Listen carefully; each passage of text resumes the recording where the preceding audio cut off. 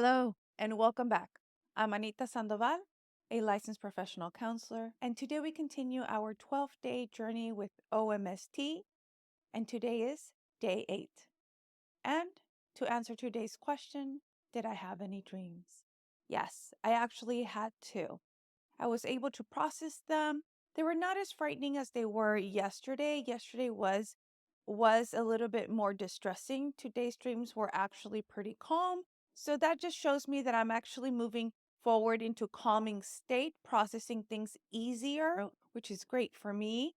I do have a little cough today that has nothing to do with the OMST. I do know that here with the weather, it gets cold, it gets hot, and I don't like to wear sweaters. So my throat is just suffering a little bit today. But again, nothing to do with OMST. If anything, I feel that it's helped with the bilateral stimulation and the noises and the sound in the ear kind of establish some type of equilibrium. I know we've covered a lot of ground in the past 7 days, exploring the foundational aspects of OMST and on how it can enhance our mental and emotional well-being.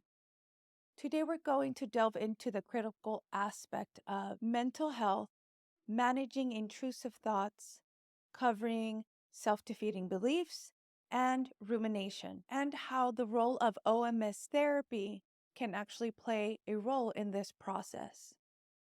Keeping in mind the neurosequential model, which is the role of bottom up, calming your nervous system, making connections, and problem solving.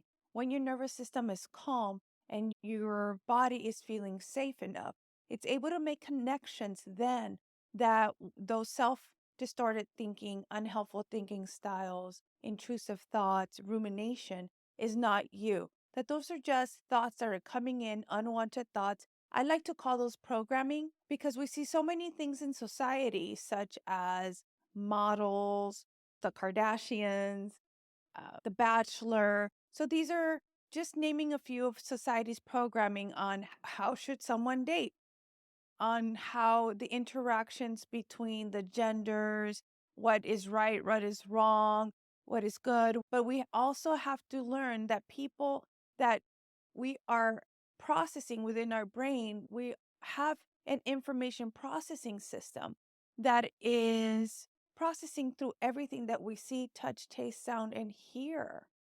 Everything that is processing within the five senses: touch, taste, sight, sound, smell. And so every interaction we're having around people within our environment, we're putting in information. And once we're putting in information, we're putting it in a filing system, and it's all classifying depending on what the beliefs are. Am I good? Am I bad? Am I right? Am I wrong? Doesn't make it true because at the end of the day, they're not facts, they're opinions. Give it an amount of time having those beliefs coming in over and over and over again, your body will believe it to be true. Hence why it's so important to be in a healthy environment, because you could be in a toxic environment and not even know it because that is your normal. You weren't able to discern a healthy environment because it was never shown to you. So when you start healing and you start creating awareness on what healthy is and discerning what healthy and unhealthy is, you're able to reteach the body how to process going through that discomfort of reteaching it that this unhealthy is not a normal, but the healthier one is. And within the role of OMST therapy, it can help the body when it's calibrating the sensory processing system through the headphones, through the light, through the movements of the bed, calibrating, helping bring in those senses, calming the nervous system. You're able to make more connections. In today's processing in the OMST table, I was able to see the blue light, the green light. I made sure to drink some caffeine beforehand so I wouldn't fall asleep. I did feel the sleepiness, but I did not fall asleep. So I do recommend that for those that are always up and around or don't sleep well. The bed was faced west to east, and the light was coming in up and down. It started with red and then it would go blue, then it would go green, and it was very relaxing, more so than the deep red one. Something that I did notice was that my brain was just coming up with so much solutions. I had some problems, I had some issues that I wanted to go discuss throughout the day. I write down whatever problems with any situations that I may have. And then all of a sudden, through the OMST, I was just finding the answers through all of the things that I wrote. So, one of the things I do recommend, and I'll probably do this tomorrow, is write down as many issues that I have that I can't figure out what is a solution for. And then just check out the OMST table and afterwards see if more solutions come out. So, I will try it for tomorrow. I didn't have the distorted thinking. I didn't have any intrusive thoughts. I didn't have any rumination. It was just some positive flow, ease and flow of positive results and solutions. And for me, that meant my brainstem and the bottom up approach was regulated enough to make those connections and come up with solutions. And we're on day 8. I still have 4 more days left.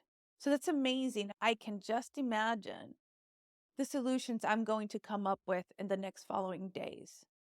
I did want to talk a little bit about those negative thought processes. Let's talk about how these beliefs and thoughts can impact us. So, there was a study done between men and women, and they went ahead and gave them some questions to see what they thought about.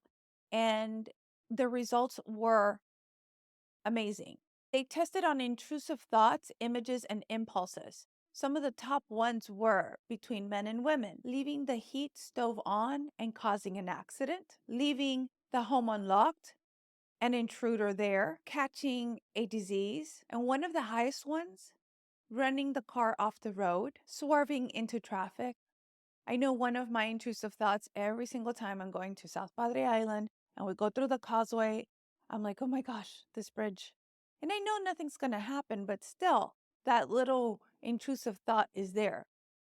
Other common ones: when you're flying, is a plane going to crash? So these are intrusive thoughts. Doesn't make it real, even though the studies show the contrary. Intrusive thoughts, images, and impulses pop into our minds suddenly and involuntarily. They are unwanted and difficult to control. Some people find them highly distressing and they don't tell anyone because they feel afraid, they feel ashamed, or afraid of what other people might think if they knew. So, intrusive, distorted thoughts are those unwelcome ideas that often bring distress.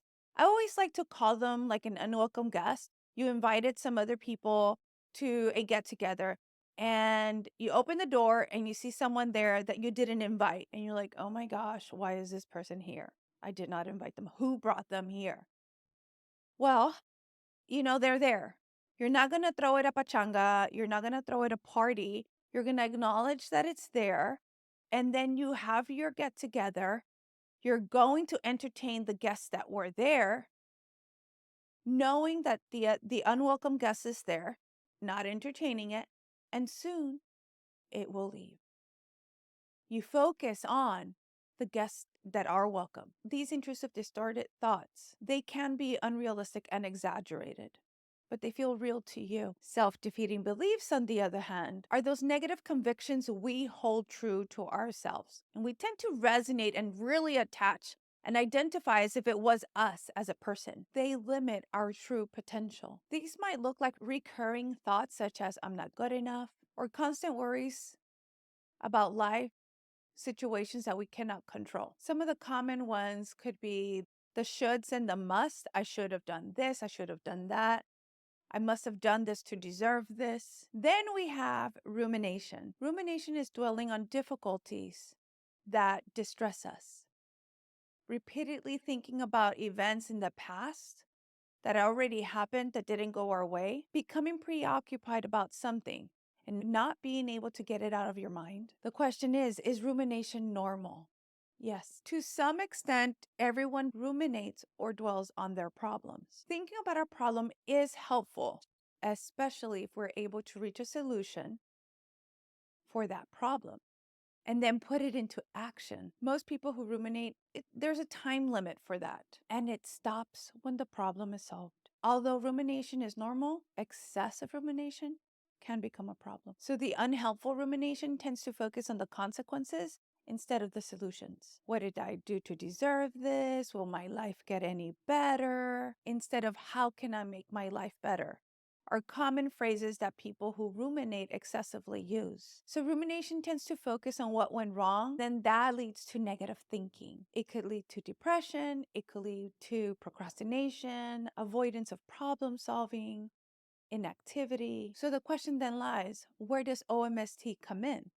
OMST therapy is instrumental in managing these thoughts. It helps in regulating the nervous system, which often remains on high alert because of these intrusive thoughts, the rumination, or self-distorted thinking. Thought alone can cause your autonomic nervous system to go fight, flight, freeze, people please, and appease, because the body does not see anything. It goes with your thought processes. So if your thought processes ruminate, distort, and are negative, it will believe that it is true, even though it is not.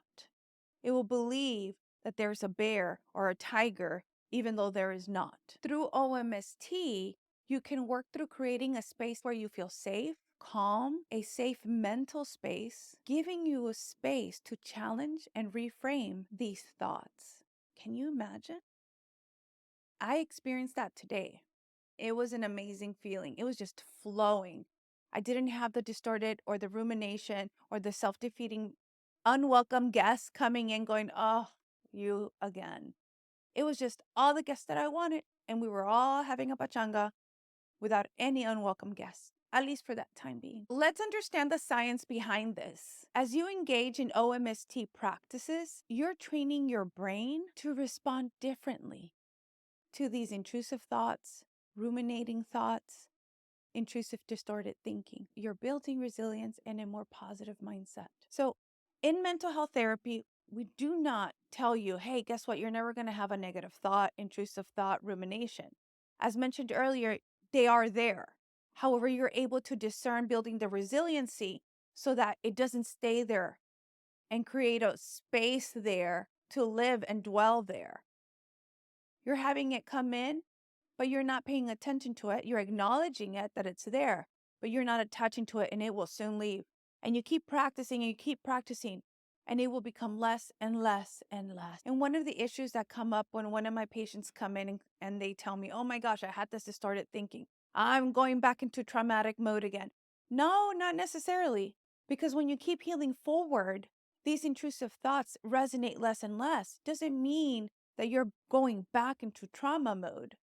You're actually still growing because you know what to do now, how to respond, and you know what you can apply, the strategies, techniques, and skills to be able to respond differently. OMST just prepares your autonomic nervous system to be able to do so easier. Mental health will give you the techniques and strategies to implement that for the rest of your life, transforming your life from generational trauma to generational growth, healing forward, and maintaining that transformation so that you can become a new, healed version of you. So, to sum up, managing intrusive thoughts, self-defeating beliefs, rumination, it's a journey, not a destination.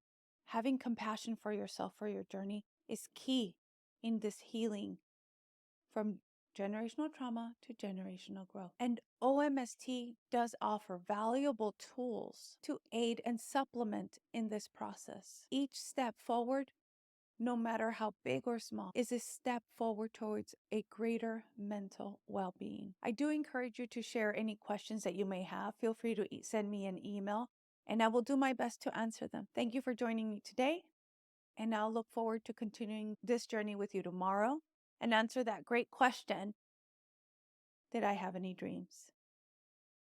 Until then, be well and stay safe.